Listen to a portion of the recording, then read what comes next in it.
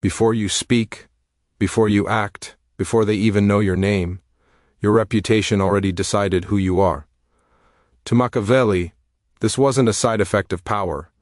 It was power, because a man's reputation precedes him like a shadow, and the moment it enters a room, people adjust, they soften, they harden, they judge, they obey before the real man ever says a word.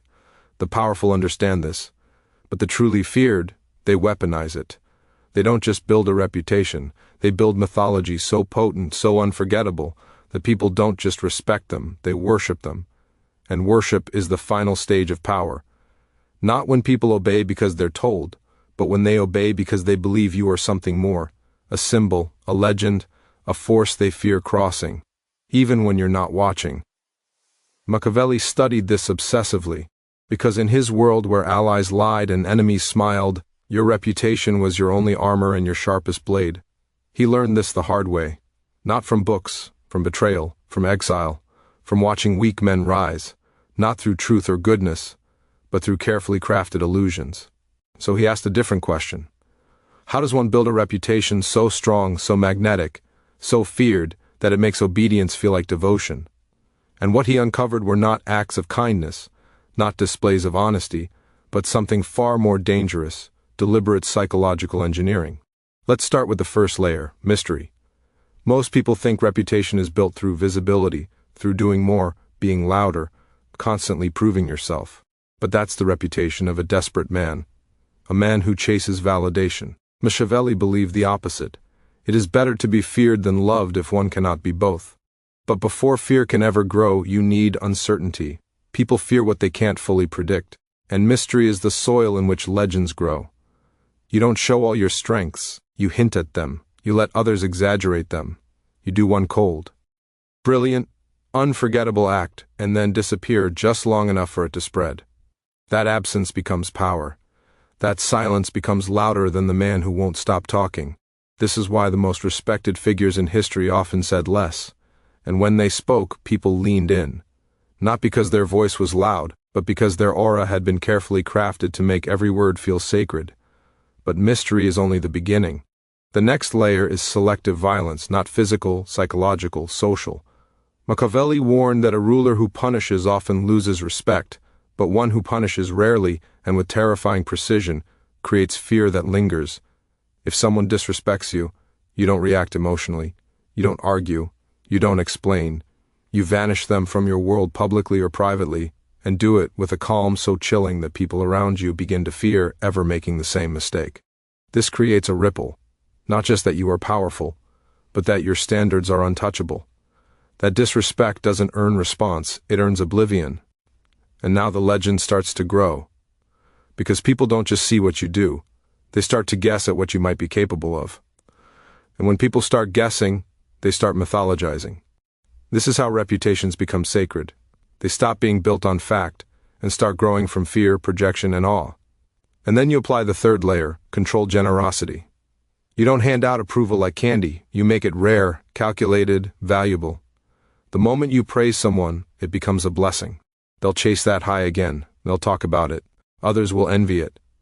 And just like that, your words aren't just words, they're currency. This is how Machiavelli would create worship. Not by demanding it, but by making his presence, his favor, and even his silence feel sacred. And when that illusion is reinforced over time through mystery, rare precision, and subtle favor, you are no longer just a man, you're a symbol. And symbols don't to speak, they just need to exist. At a certain point, you stop managing your reputation, and your reputation starts managing them. That's the final trick Machiavelli understood better than anyone. A powerful reputation doesn't require constant defense. It defends itself because once the myth takes root, your enemies will begin shaping their behavior around it. They'll second-guess every move. They'll hesitate before crossing you, not because of what you've done, but because of what you might do. This is where fear becomes anticipation, and anticipation becomes worship. But to reach that level, your reputation can't be based on randomness. It must be engineered down to the smallest detail. So what comes next? Symbolic consistency.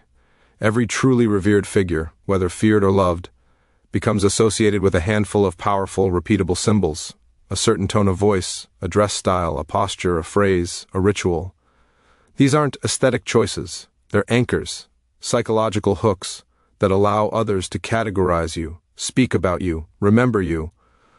Machiavelli would never wear what everyone else wore. He wouldn't move like them, speak like them, or even arrive like them, because sameness kills mystique.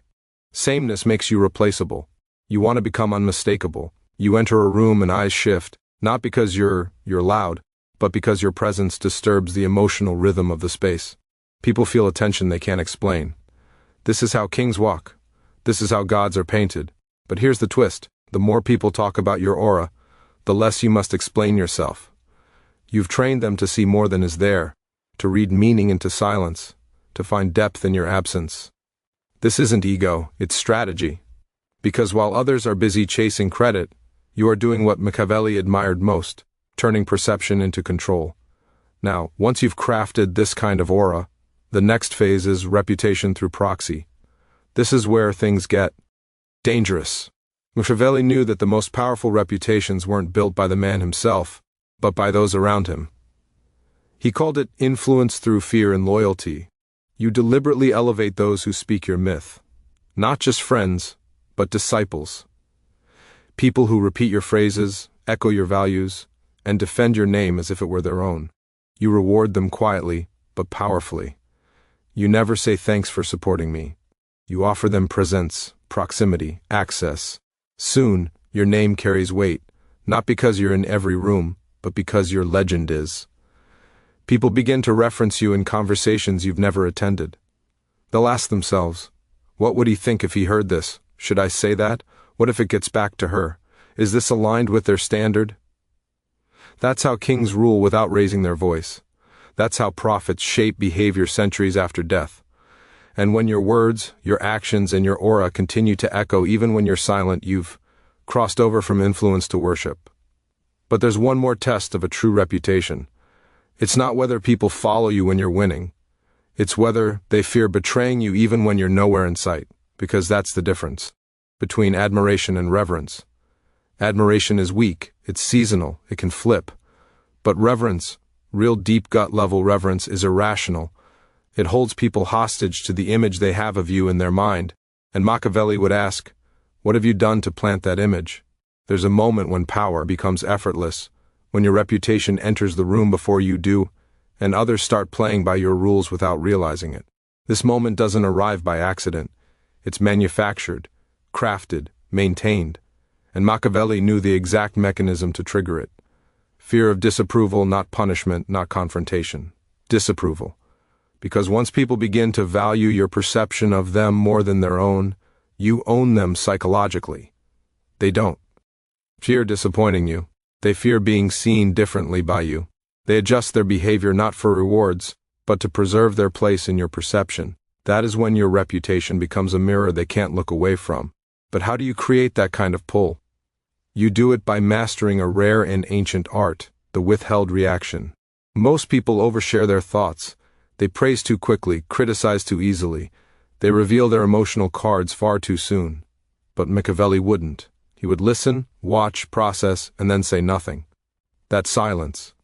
It would haunt people more than words ever could. Because silence from someone whose reputation carries weight feels like judgment.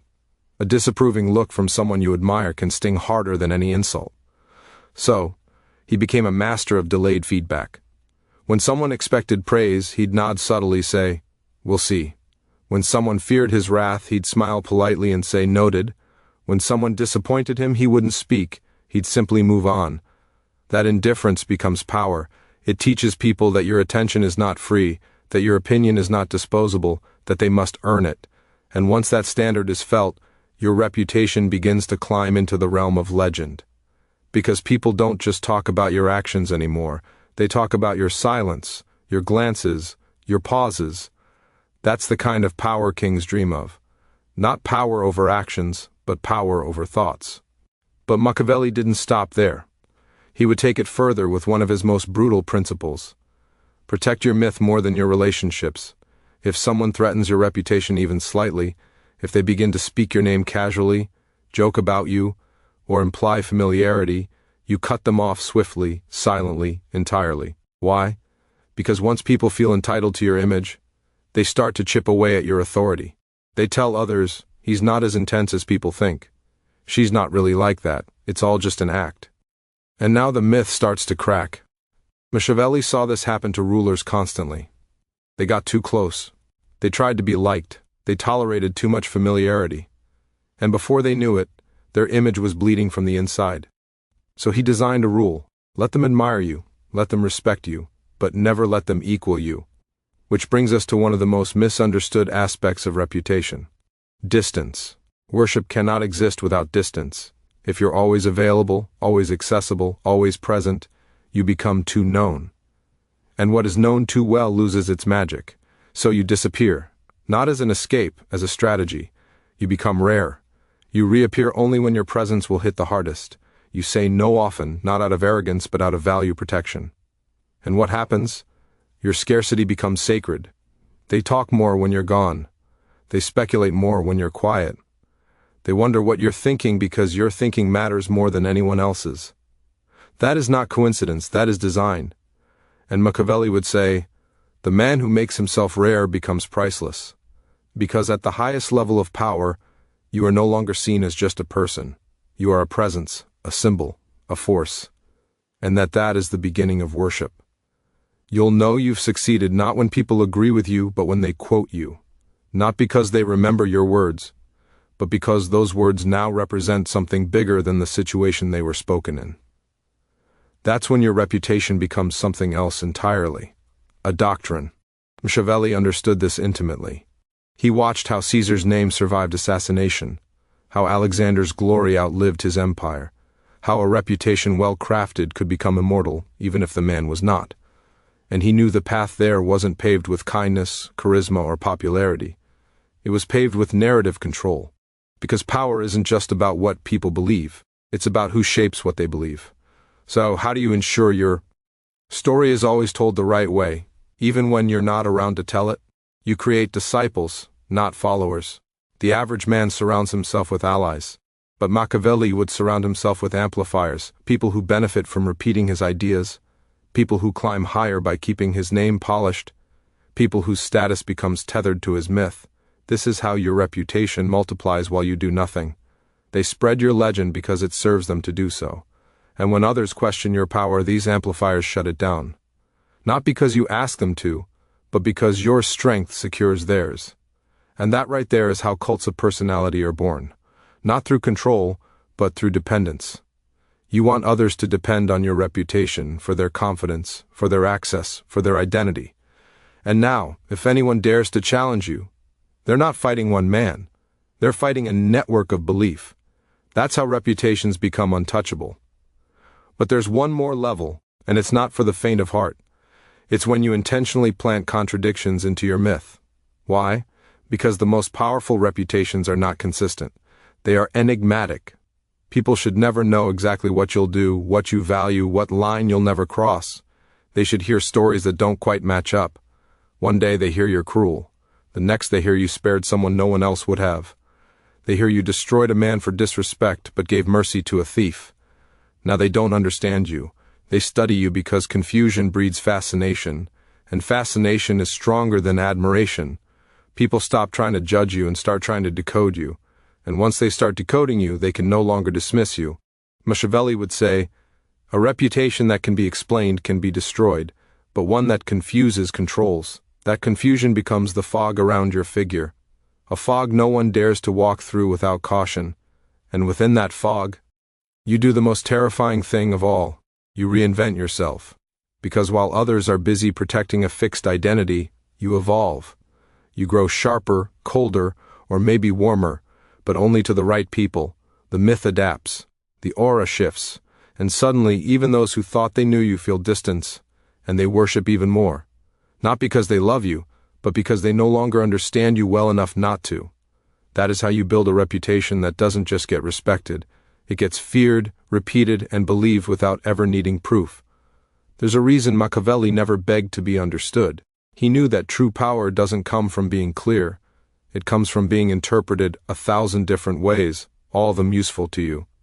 When people try to explain your actions and can't, when they're unsure if you're kind or cruel, generous, or calculating, they start projecting their own fears and desires onto your image.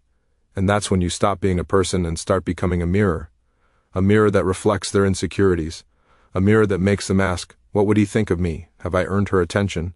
This is what it means to build a reputation that borders on the divine, not a God of mercy, a God of mystery. To reach this level, Machiavelli's final principle is clear.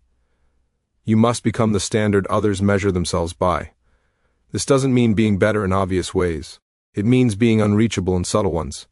You walk differently, you answer slowly, you don't laugh at what everyone else laughs at, you don't fear silence, and when you speak you say less but with more weight. You aren't the loudest in the room. You make the room quieter when you enter. Now people don't just respect you, they start editing themselves in your presence. Their posture changes, their language tightens, their mask lifts just enough to reveal insecurity, and that insecurity is what anchors your legend. Machiavelli never believed in being approachable. He believed in being aspirational. You don't make people comfortable. You make them want to rise to your level even if they hate you for it. Even if they talk behind your back. Because talking behind your back means they're still talking about you. And while they whisper, they unknowingly spread your name. They reinforce your myth. They elevate your image through their obsession. But let's get brutally honest. None of this works if you chase it. You cannot force people to revere you. What you can do, what Machiavelli insisted on, was this. Control yourself so precisely that others lose control in your presence. That's the final test. You don't flinch when insulted. You don't over-celebrate when praised. You don't gossip, react, or explain. You remain still because stillness when surrounded by chaos becomes divine. And now the shift has occurred. You no longer build your reputation. It builds you. It speaks in rooms you'll never enter. It defends you in situations you'll never witness. It earns you allies you'll never meet. And it creates a presence so heavy that people don't just obey you. They revere the silence that surrounds you. That is what Machiavelli would call the final stage of power.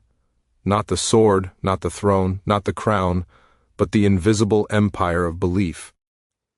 There is one rule that Machiavelli never said aloud, but lived by every moment of his life.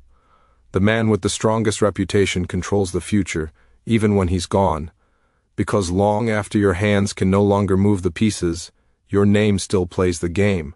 It whispers through boardrooms, echoes in strategy meetings, lingers in the minds of those who never met you, but fear what you might have done. That's the final test of legacy. Do people still act differently because of what you once represented? If the answer is yes, then congratulations. You didn't just build a reputation, you built a religion around your presence. But here's what most never realize. This kind of reputation isn't built in grand moments. It's built in subtle discipline, in the pause before you speak, in the tone you use when others panic, in the way you let others reveal themselves while you reveal nothing, in the way you walk out of a room and leave the air different. You cannot fake this, you cannot shortcut it, because people might follow a liar, but they worship a standard. And you, through every decision, every silence, every controlled display of power, have become the standard. So what happens next? You let it speak. You stop chasing credit. You stop correcting rumors. You stop proving yourself. You let the myth grow legs of its own.